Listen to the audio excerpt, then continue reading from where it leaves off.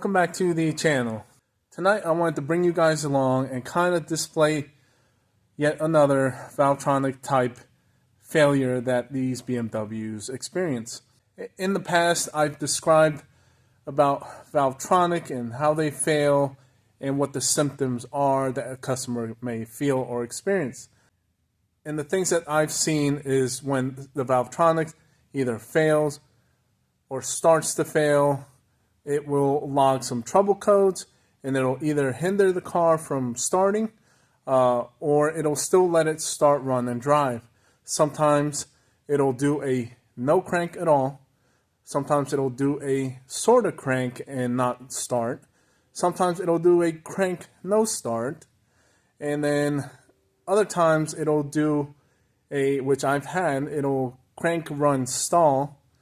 And lastly, it can crank, start, run, and drive. And even with that, sometimes you'll have a check engine light, and sometimes you won't, but you will have Valvetronic codes. So, very many failure types related to Valvetronics, but a lot of the times, ultimately, it's due to a failed Valvetronic motor, and ultimately, you'll have to replace that. Sometimes you'll need the eccentric shaft. Other times, it takes out the DME. And so it can be a whirlwind effect. But other times, which I am going to show you, is you can actually get away with doing a no parts replaced fix and get it rectified. Now, I've done this on vehicles that have come in with this Valvetronic code and they've not started. And then other times where they do start and run, but it's the same situation and the same thing can rectify it and get it started and running, or just get it to the point where a light won't come on. So I'll bring you along and show you what I'm talking about. Now this particular vehicle is sort of a special situation. This customer reached out to me because he had gotten a quote from a different independent shop in town for a valve cover assembly replacement. It was a crazy, astronomical price. Don't know where they got it. Doesn't matter. I told them that I could do it for less than what they told him. For me here, I get a lot of diagnostics. I've done plenty of valve covers in the past. Still do. And those are basically cakewalk for me. If I get some of those come in, yes, I'm going to take them and do them. And during that visit, sure enough, the valve cover, the diaphragm was failed. The engine was squealing and so on and so forth. Your common everyday valve cover failure on an N55 engine. We got that replaced. He left, and I had noticed he had some of these Valvetronic codes, but the check engine light was not on. Me being the way that I am, once the car left, all fluids were topped off, tires were checked, and I cleared the whole vehicle's memory and shipped the car. And so a half hour later, he returns and starts basically coming in and sort of insinuating that I did something, ruined the vehicle, made the light come on. He shouldn't have value shopped. He should have gone to the higher price, so on and so forth, and was basically attempting to blame the check engine light coming on due to me doing something. But I pulled up the scanner, showed him the timestamp, told him there were some trouble codes, but he still wasn't convinced. So where we are left is I'm going to show you guys, again, how to attempt to rectify this Valvetronic issue. And small side note, he also started complaining that he had a coolant leak after a day or so of driving, and said that we caused his vehicle to now exhibit a coolant leak. And like I said, we topped off his fluids, including coolant.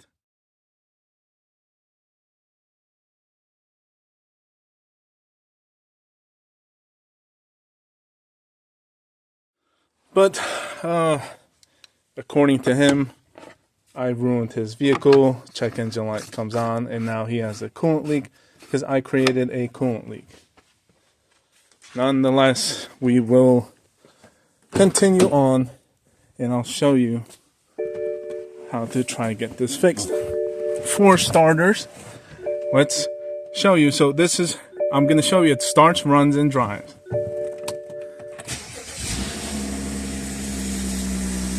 Okay, nothing crazy, nothing that stands out. No check engine light. That's that's what I'm telling you about these Valvetronic codes. Of course, gaslight, but these Valvetronic codes can just drive you up a wall at times. Let's go ahead, we'll do a complete system scan. We'll start from scratch.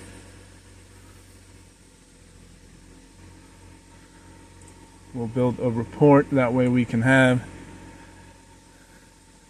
and I'll show you what codes it has.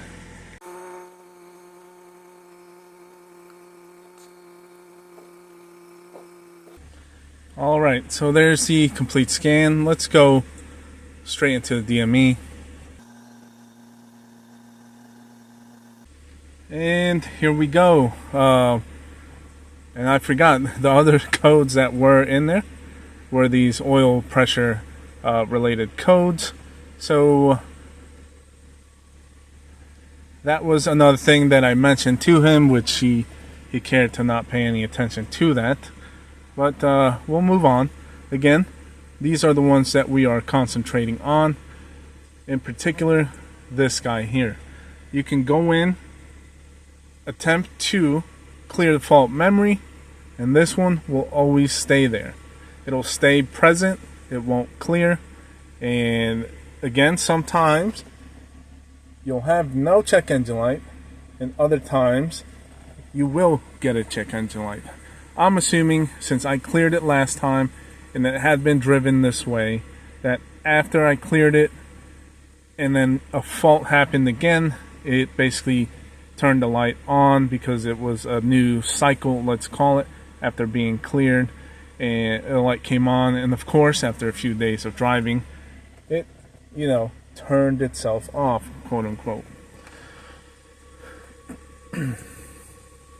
As far as some of the descriptions for the code, let's see. So it tells us basically check the wiring harness and replace the Valvetronic motor and the shaft. Just out of curiosity, let's see what this one says. And this here is the one where can maybe save you from having to do major work if you want to kind of just get by for a little bit. Obviously, ultimately, it's replace Valvetronic motor, but there is a portion where it tells you about possible programming issues. And just out of curiosity, checking some of the service information for the oil pressure stuff. Okay, possible faulty sensor, which I have seen in the past. Let's see. This one tells us oil pump possible issue. And lastly, let's see. Again, sensor, or looks like there is a pressure control valve that helps dictate the oil pressure on these. So there's a few possibilities here for the oil pressure issues.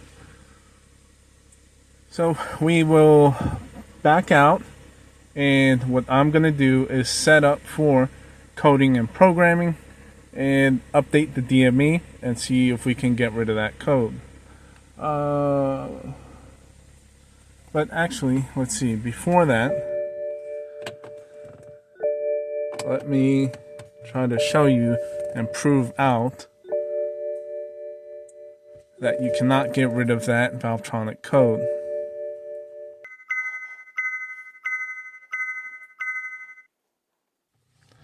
Okay, all faults cleared, minus one fault in the DME. One guess at which one that is. There you go. Again, you cannot get rid of that trouble code without doing some further work. Okay, so first things first, you want to start with a good maintainer anytime you are doing any programming work on these BMWs. Next thing is to be hardwired to your interface, which I've got my USB cable on. And lastly is a good Wi-Fi signal. So let's back out, start the process, and kind of go from there. So programming, and I've shown many other videos of how to do this, so we'll kind of blow through this quick.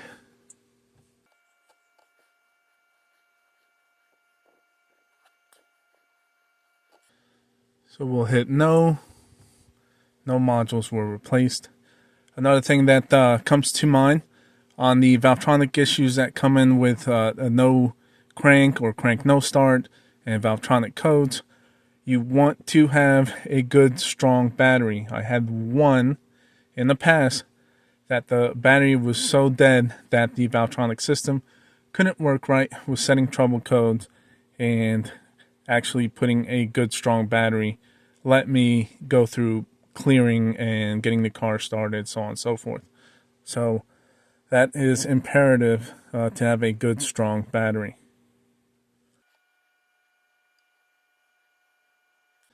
Okay, once we get to this point, you want to do programming. And I only want to do the DME. Let's see. There it is. We want program and code. And I want to make sure no other modules are selected, because that'll just add unnecessary time to the process. And I only want to try to update and kind of reset by reprogramming the DME. Now, here is our eye level statuses, and then now we are looking at our DME. So our DME, if there is no updated or different part number, that means there's no actual update, no new software to be loaded. But unlike other makes, I believe GM is one that comes to mind. Even though there is no newer update, BMW will still let you perform reprogramming and coding of the DME, which has saved me in the past. So I don't know why other makes don't let you do that. So regardless of the fact, no update will still reprogram it. And there tells us should be estimated 2 minutes. We'll go ahead. So it downloads a file from the server onto the tool. Once it's on the tool, then we can push it on forward into the DME.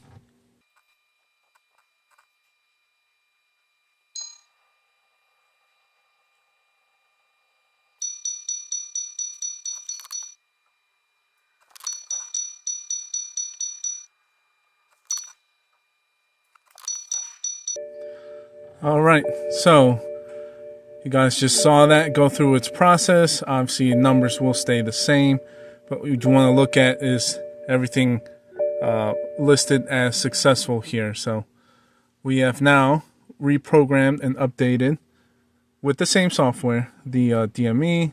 Let's go ahead and let's do a full scan.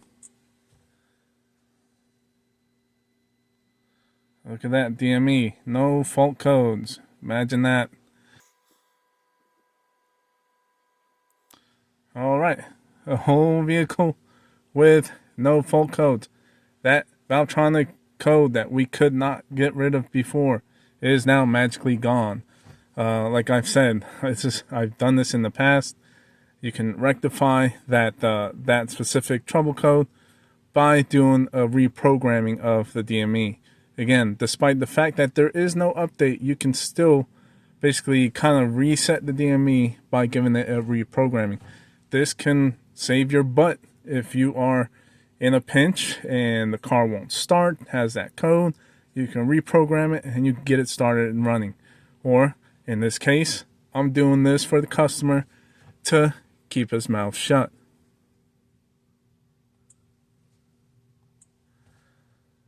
And so now we can perform just some final Valvetronic settings. There are two that you've got to perform.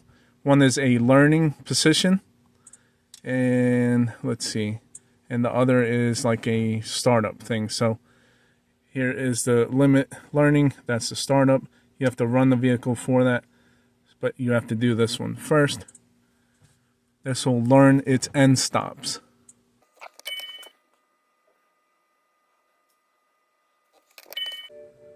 Okay, let's see, I'll run through the process. Next step, it'll be taught.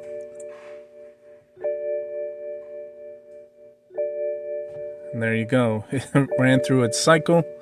It knows its sensor positions. The electric motor's able, it's a 3-phase motor. It's able to operate.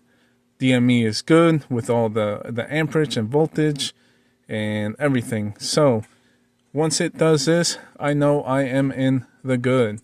But again, for a last good measure, we'll run this. Let me get the maintainer off. Alright, so I'll let it run through its learning startup procedure. Again, it takes a while at idle, but I just wanted to show you one more thing to kind of prove out my point.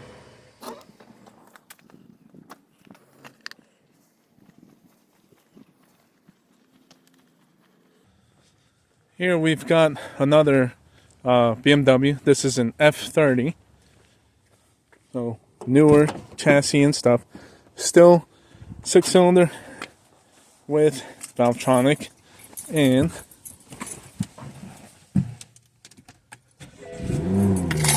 starts, runs, and drives.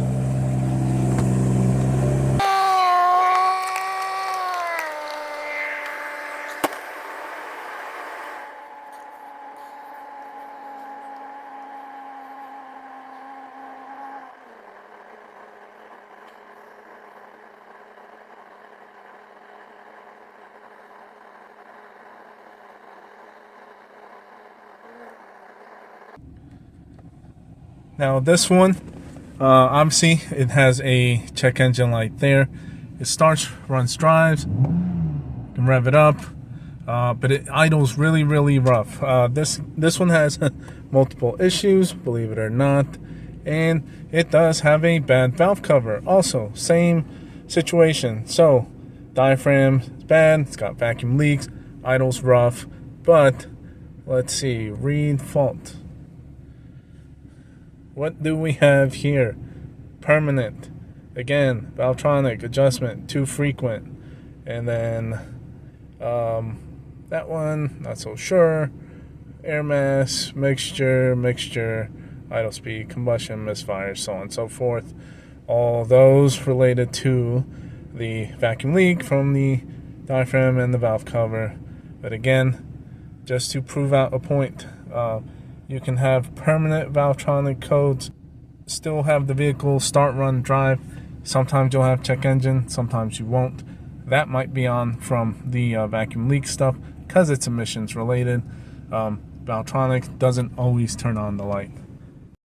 And just lastly, obviously I've got my other bigger tool connected to the X5 out there. It has to run that startup. That's why I'm using this one out here in the parking lot to show you. And so on this tool, like I said, I did make a video about it, but this is what's kind of cool about it, and this might explain why check engine light comes on or doesn't. So if this tool, when you back out of after reading codes, it asks you if you want to basically convert them to like P codes or OBD type codes. And I haven't found a tool that does this yet, but if you look here, obviously we've got the LIN bus has a U code, and then everything else P code, air mass, And here in the basically OBD descriptions, you've got your common 171, too lean, idle control higher than expected, 300, 305, so on and so forth. All of those, if you notice, have to do with the way it runs, and that's emissions related. This one, a Valvetronic system, has no conversion for a P code or an OBD code or OBD fault description. That right there kind of helps also prove out as to why sometimes this particular situation and issue code with Valvetronic, why at times it might not have the light on, despite the fact that it could be present. So that's kind of cool to see there, and again, probably helps explain the sometimes reasonings for light and sometimes why it's on or off. Okay, so I hope you found that kind of useful, informative, educational, about the whole stinking Valvetronic issues and the multiple ways that they fail. Again, most likely and probably best practice is to do the motor, sometimes the centric shaft.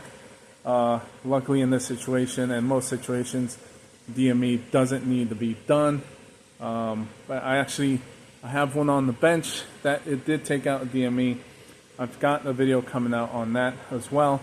But are there times and situations you might need to perform this, or who knows what you've got on your lap.